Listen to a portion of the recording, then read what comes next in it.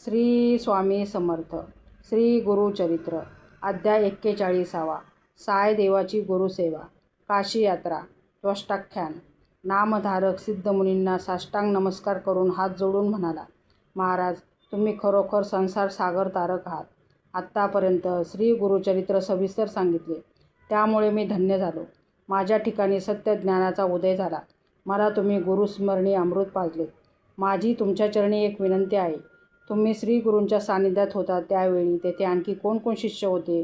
आमच्या पूर्वजापैकी कोणी तेथे श्री गुरूंच्या सेवेत होते का? नामधारकाने असे विचारले असता सिद्धमुनी म्हणाले, सांगतो, सविस्तर सांगतो, ते ऐक. तुमचे पूर्वज सायदेव म्हणून जे होते ते वासर गावात राहत होते. ते श्री गुरूंचे महात्मा ऐकून गाणगापूरस आले. गाणगापूर पाहताच त्यांना अतिशय आनंद झाला. ते लोटांगण घालून मठात आले. त्यांनी श्री गुरूंच्या चरणांना वंदन करून त्यांचे उत्तमोत्तम शब्दात स्तवन केले. त्यांच्या डोळ्यातून अश्रू वाहत होते. ते श्री गुरूंना म्हणाले, स्वामी, तुम्ही साक्षात ब्रह्मा विष्णू महेश स्वरूप आहात. त्रयमूर्ती अवतार आहात. तुम्ही परमात्मा आहात. भक्तवत्सल्य आहात. तुम्ही शरणागताचे रक्षक आहात.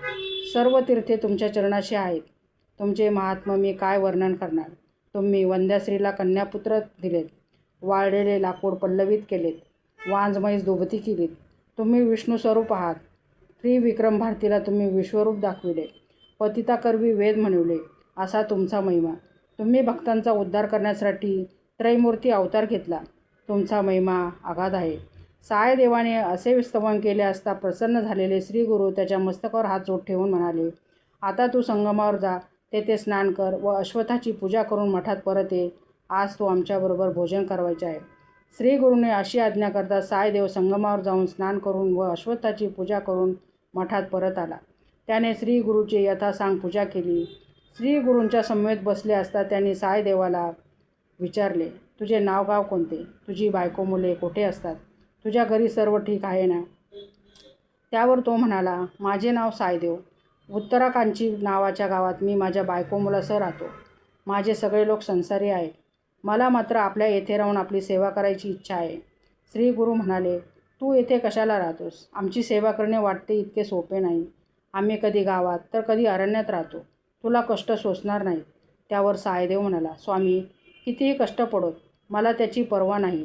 गुरूंची सेवा करण्यात कष्ट कसले? मी सर्व काही सहन करीन. सायदेवांचा निर्धार पाहून श्री गुरु म्हणाले, ठीक आहे, तुला जमेल तशी सेवा कर. सायदेवाचा आनंद झाला. तो श्री गुरूंची सेवा करीत मठात राहू लागला. असेच 3 महिने लोटले.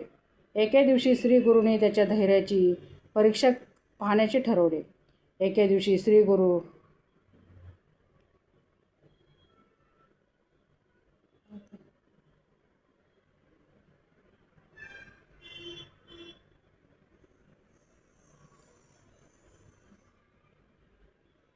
सायदेवाचा निर्धार पाहून श्री गुरु म्हणाले, ठीक आहे, तुला जमेल तशी सेवा कर. सायदेवाला आनंद झाला. तो श्री गुरूंची सेवा करीत मठात राहू लागला. असेच 3 महिने लोटले. एके दिवशी श्री गुरूंनी त्याच्या धैर्याची परीक्षा पाहण्याचे ठरवले. एके दिवशी श्री गुरु संगमाकडे निघाले. जाताना त्यांनी फक्त सायदेवाला बरोबर घेतले. संध्याकाळ झाली. श्री गुरु अश्वत्थ वृक्षाजवळ सायदेवाला बोलत बसले. रात्र झाली. श्री गुरूंनी अघटित लीला केली.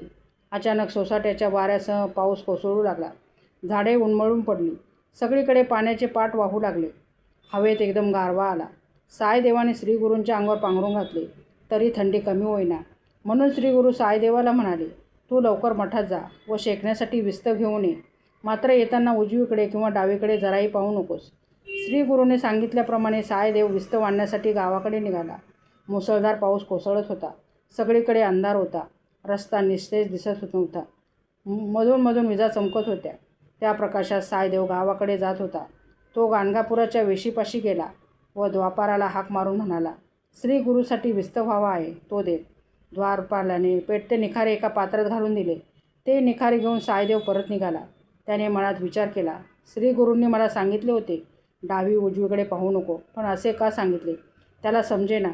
तो विजाच्या प्रकाशात परत निघाला. त्याने केवळ जिज्ञासा म्हणून डावी उजवीकडे पाहतो तर काय, त्याच्याबरोबर 2 प्रचंड नाग उभे फणा काढून चालले होते. नागांना पाहताच तो अतिशय घाबरला व संगमाकडे धावत सुटला. त्याच्याबरोबर ते नागही येत होते. श्री गुरूंचे स्मरण करीत तो संगमाजवळ आला. सहस्र दिव्यांच्या प्रकाशात श्रीगुरू अश्वत्थ वृक्षाखाली बसले असून त्यांच्याभोवती अनेक ब्राह्मण वेद पठण करीत बसले होते असे त्याला लांबून दिसले. तो जवळ गेला तर श्रीगुरू एकटेच बसले आहेत असे त्याला दिसले. हा काय चमत्कार आहे हे त्याला काही समजेना. ते 2 नाग श्रीगुरूंना वंदन करून एकाएकी नाहीसे झाले. अत्यंत घाबरलेल्या साईदेवाला पाहून श्रीगुरूंनी त्याला विचारले, अरे साईदेवा, तू इतका घाबरलेला का दिसतोस? तुझ्या रक्षणासाठी तर मी ते 2 नाग पाठवले होते. आमची सेवा करणे किती कठीण आहे हे आता तुला समजले ना? सेवाधर्म मोठा गहन आहे. दृढ भक्तीने सेवा करशील तर कळी काळाचीही भय तुला वाटणार नाही. साईदेव श्रीगुरूंच्या पाया पडून म्हणाला, मला दृढ भक्ती कशी करावी, ती कशी असते ते सांगा, म्हणजे माझेही मन तुमच्या चरणी स्थिर राहील. श्रीगुरू म्हणाले, दृढ भक्ती कशी असते याविषयी मी तुला उद्या प्रातःकाली एक कथा सांगेन. आता रात्र झाली आहे, आपण मठात परत जाऊया. मग श्रीगुरू साईदेवासह मठात परत आले. साईदेवाची परीक्षा झाली होती. दुसऱ्या दिवशी प्रातःकाली श्रीगुरूने गुरुभक्तीविषयी कथा सांगण्यास सुरुवात केली. मठातील इतर शिष्यही ती कथा ऐकण्यास श्रीगुरूंच्या समोर बसले. श्रीगुरू म्हणाले, कैलास पर्वतावर शिव पार्वती एकांतात बोलत बसले होते. त्यावेळी पार्वतीने शंकराला विचारले, नाथ, गुरुभक्ती कशी असते ते मला सविस्तर सांगा. पार्वतीने असे विचारले असता शिवशंकर म्हणाले, एका गुरुभक्तीने सर्व काही साध्य होते. शिव तोच गुरु असं समजावा. अनेक व्रते अनुष्ठाने करूनसुद्धा जी गोष्ट साध्य होत नाही ती गुरुभक्तीने त्वरित साध्य होते. तपानुष्ठान, यज्ञयाग, दानधर्म यात अनेक संकटे येतात. गुरुभक्तीचे तसे नाही. गुरुभक्तीने सर्व काही लवकर साध्य होते. मात्र गुरुभक्ती निष्ठापूर्वक दृढतेने करावयास हवी. हे पार्वती, याविषयी मी तुला एक कथा सांगतो. त्वष्टा हा ब्रह्मदेवाचाच अवतार. त्याला एक अत्यंत सुंदर, बुद्धिमान, कार्यकुशल असा पुत्र झाला.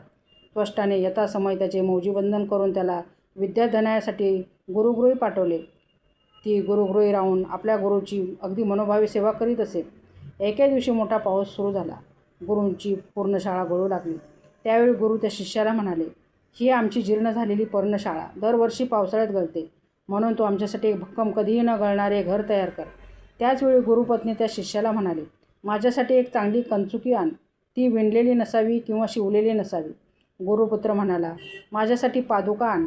त्या घालून पाण्यावरून चालता यावी. त्या पादुका मला वाटेल तेथे घेऊन जातील. त्या पादुकांना चिखल लागू नये अशा पादुका माझ्यासाठी लवकर आण.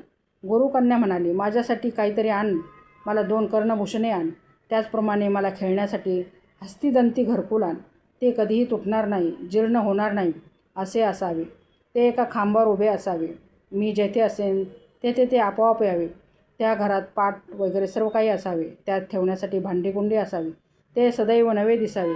याशिवाय मला स्वयंपाक करण्यास शिकव. स्वयंपाकाची भांडी कधी काळी होऊ नये.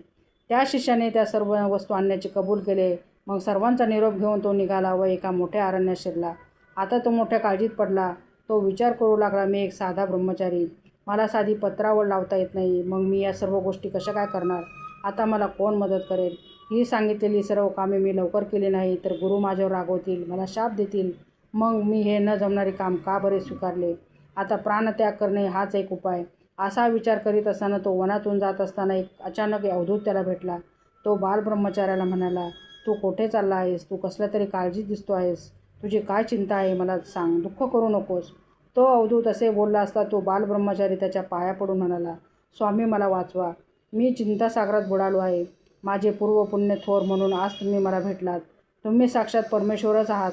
माझ्यावर गुरुकृपा आहे म्हणून या निर्मनुष्य अरण्यात तुम्ही भेटलात. तुमच्या दर्शनाने माझे मन शांत झाले आहे. तुम्ही भक्तवत्सल्य आहात. असे बोलून त्या बालब्रह्मचार्याने अवधूताच्या चरणांना मिठी मारली. अवधूताने त्याला आलिंगन देऊन त्याची सगळी चिंता विचारपूस केली व तुला कसली चिंता आहे असे विचारले. त्या बालब्रह्मचार्याने आपली सगळी हकीकत सांगितली. आपल्या गुरूंनी, गुरुपत्नीने व त्यांच्या मुलांनी कोणकोणती कामे सांगितली ते सांगितले. आपण सध्या बालब्रह्मचारी असून न जमणारे कठीण काम स्वीकारले ते मी कसे करणार? केले नाही तर गुरु रागवतील, मला शापसुद्धा देतील. यामुळे मला मोठी चिंता लागून राहिली आहे. आता मी काय करू? मला मार्ग सुचवा. अशी त्याने विनंती केली असता अवधूत म्हणाले, तू आता काशी क्षेत्री जा. त्यामुळे तुझे काम होईल. काशी महाक्षेत्र असून तेथे सर्व कार्य सिद्धीला जातात. तेथे जाऊन तू काशी विश्वनाथांची आराधना कर. तेथेच ब्रह्मदेवाला सृष्टीचे व विष्णूला विश्वपालनाचे ज्ञान प्राप्त झाले. तेथे सर्व साधकांची साधना सफळ होते. तू तेथे जा, म्हणजे तुझ्या सर्व इच्छा पूर्ण होतील.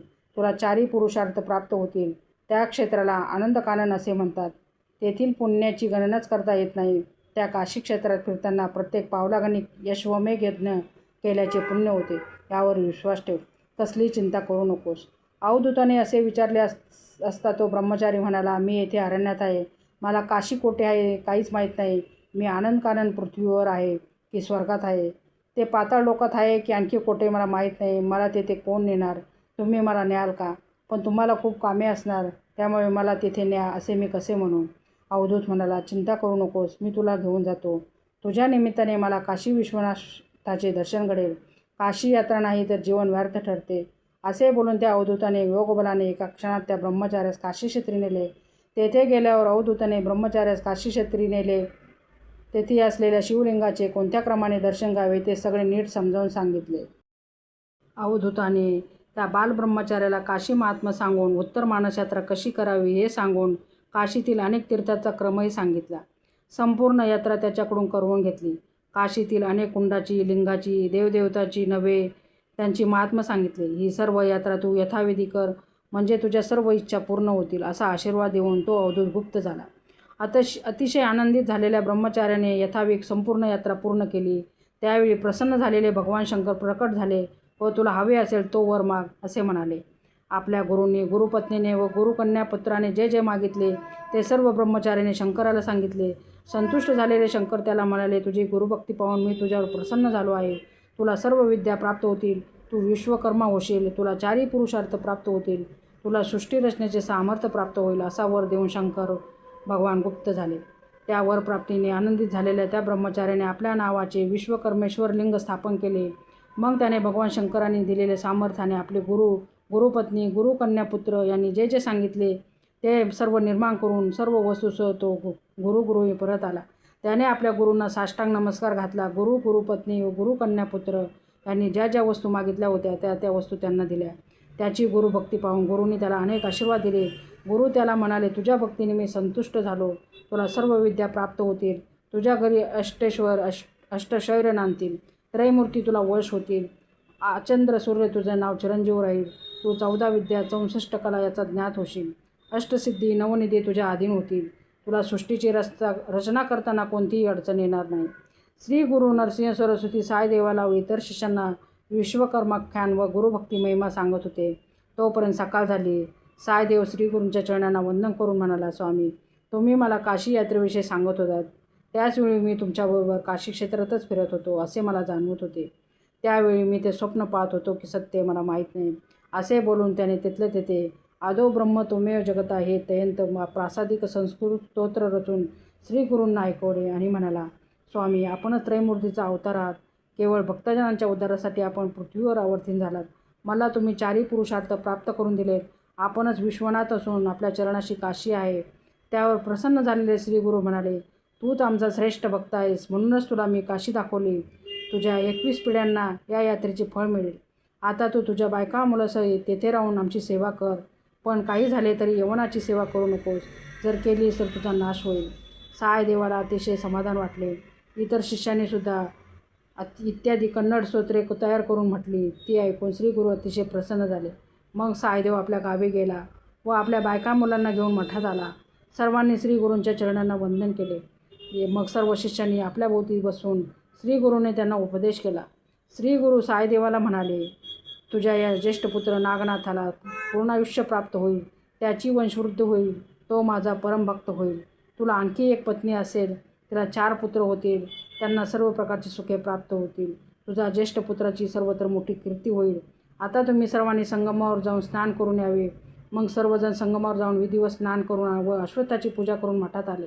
मग श्री गुरु म्हणाले, आज अनंत चतुर्दशी आहे. सर्वजण आज श्री देव अनंताची पूजा करतात. त्यावर साईदेव म्हणाला, स्वामी, तुमच्या चरणसेवा हेच आमच्यासाठी अनंत व्रत आहे. तथापि या व्रताचे महात्म्य काय आहे? या व्रताचा विधी कसा असतो? या व्रताचे फळ काय आणि पूर्वी हे कोणी केले हे सगळे आम्हाला सविस्तर सांगा. साईदेवाने असे विचारले असता श्रीगुरू अनंत व्रत सांगण्याचे मान्य केले. अशा रीतीने श्री गुरुचरित्रामृतातील साईदेवाची गुरुसेवा काशी यात्रा नावाचा अध्याय 41वा समाप्त.